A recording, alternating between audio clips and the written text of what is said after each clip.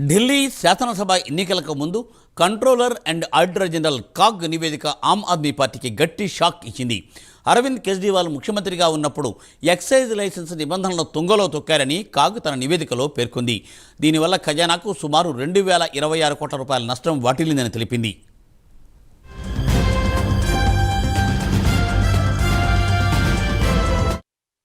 అయితే లిక్కర్ స్కామ్లో నిబంధనలు తుంగలో తొక్కినందువల్ల ఖజానాకు ఎంత నష్టం వాటిల్లిందో ఈసారి లెక్కలతో సహా కాగ్ పక్కాగా తేల్చేసింది.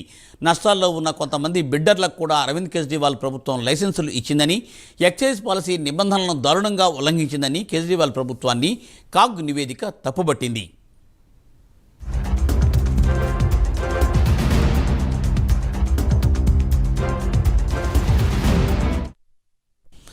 ఎక్సైజ్ పాలసీ ద్వారా సామాన్యుడి జేబు చిల్లుపడుతూ ఉంటే ఆమ్ ఆద్మీ పార్టీ నాయకులు మాత్రం పెద్ద మొత్తంలో కిక్ బ్యాక్లు తీసుకున్నారని నివేదికలో పేర్కొంది కాగ్. ఇదే నివేదికలో మనీష్ సిసోడియా గురించి కూడా ప్రస్తావించింది. ఎక్సైజ్ డిపార్ట్మెంట్ను ఆయన లీడ్ చేశారని కాగ్ గుర్తు చేసింది.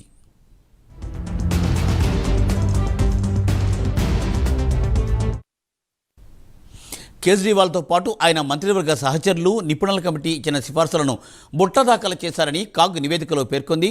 లిక్కర్ లైసెన్స్ నిబంధనలను దారుణంగా ఉల్లంఘించి ఇష్టం వచ్చిన వారికే లిక్కర్ షాప్ లైసెన్సులు ఇచ్చారని కాగ్ తేల్చేసింది. ఢిల్లీ లెఫ్టినెంట్ గవర్నర్ అనుమతులు లేకుండా, అలాగే కేబినెట్ అనుమతి కూడా లేకుండా కీలక నిర్ణయాలు తీసుకున్నారని కాగ్ తన నివేదికలో కేజ్రీవాల్ ప్రభుత్వాన్ని తూర్పారబట్టింది.